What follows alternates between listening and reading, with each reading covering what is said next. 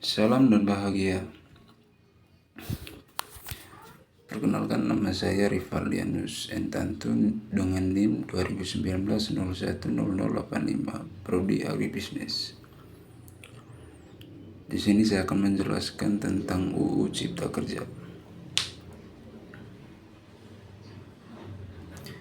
Yang pertama, ada tujuan dibentuknya Undang-Undang Cipta Kerja yang juga dikenal sebagai Omnibus Law atau Undang-Undang Nomor 11 Tahun 2020 adalah untuk meningkatkan iklim investasi di Indonesia, memperkuat sektor ekonomi, dan menciptakan lapangan kerja yang lebih layak. Berikut adalah beberapa tujuan spesifik dari Undang-Undang Cipta Kerja. Yang pertama, ada penyederhanaan regulasi. Undang-Undang Cipta Kerja bertujuan untuk mengurangi tumpang tindih dan inkonsistensi dalam hukum ketenagakerjaan dan investasi yang ada. Dengan menggabungkan beberapa undang-undang yang terkait, diharapkan dapat mengurangi birokrasi dan meningkatkan efisiensi dalam proses bisnis di Indonesia. Yang selanjutnya,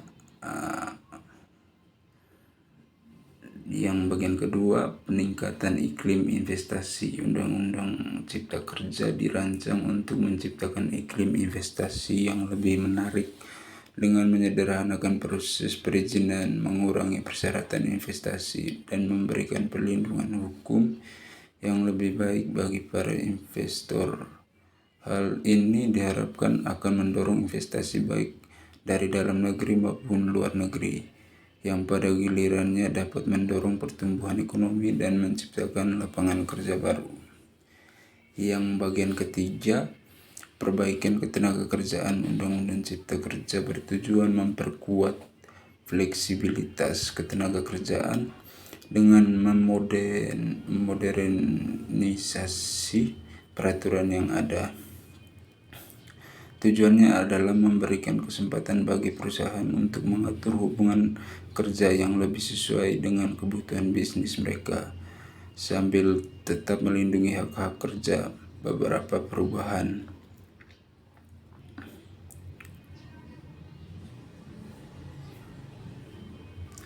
Selanjutnya, bagian B, Undang-Undang Cipta Kerja atau Omnibus Law mencakup berbagai aspek ketenagakerjaan. Berikut adalah beberapa poin utama yang diatur dalam undang-undang tersebut. Yang pertama, penggabungan kontrak kerja. Undang-Undang Cipta Kerja memungkinkan penggabungan kontrak kerja menjadi satu jenis kontrak yang disebut kontrak kerja waktu tertentu. Hal ini bertujuan untuk memberikan fleksibilitas kepada perusahaan dalam mengatur hubungan dengan mempertimbangkan kebutuhan bisnis. Yang kedua, hak cuti dan libur. Undang-Undang Cipta Kerja memperluas kategori cuti yang diatur dalam Undang-Undang Ketenagakerjaan sebelumnya. Selain cuti tahunan, cuti hamil, cuti melahirkan, dan cuti menstruasi. Undang-undang ini juga mengatur cuti penting lainnya seperti cuti alasan penting.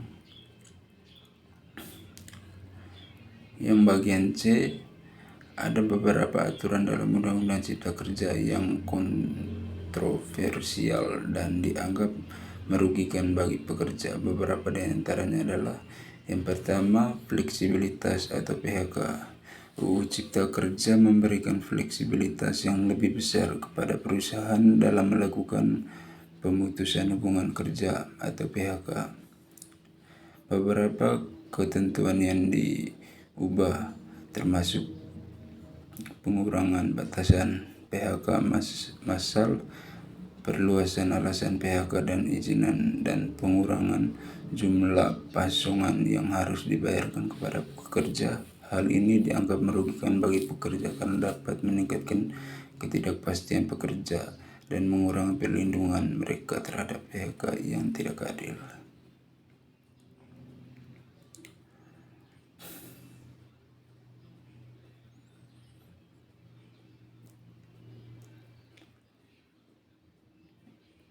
Yang kedua, kontrak kerja waktu tertentu. Undang-Undang Cipta Kerja menggabungkan berbagai jenis kontrak kerja menjadi satu jenis kontrak kerja waktu tertentu.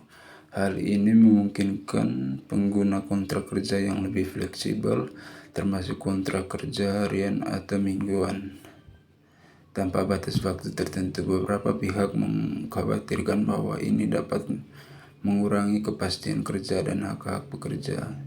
Yang ketiga, standar kesehatan dan keselamatan kerja. Beberapa ketentuan dalam Undang-Undang Cipta Kerja juga memunculkan kekhawatiran terkait standar kesehatan dan keselamatan kerja.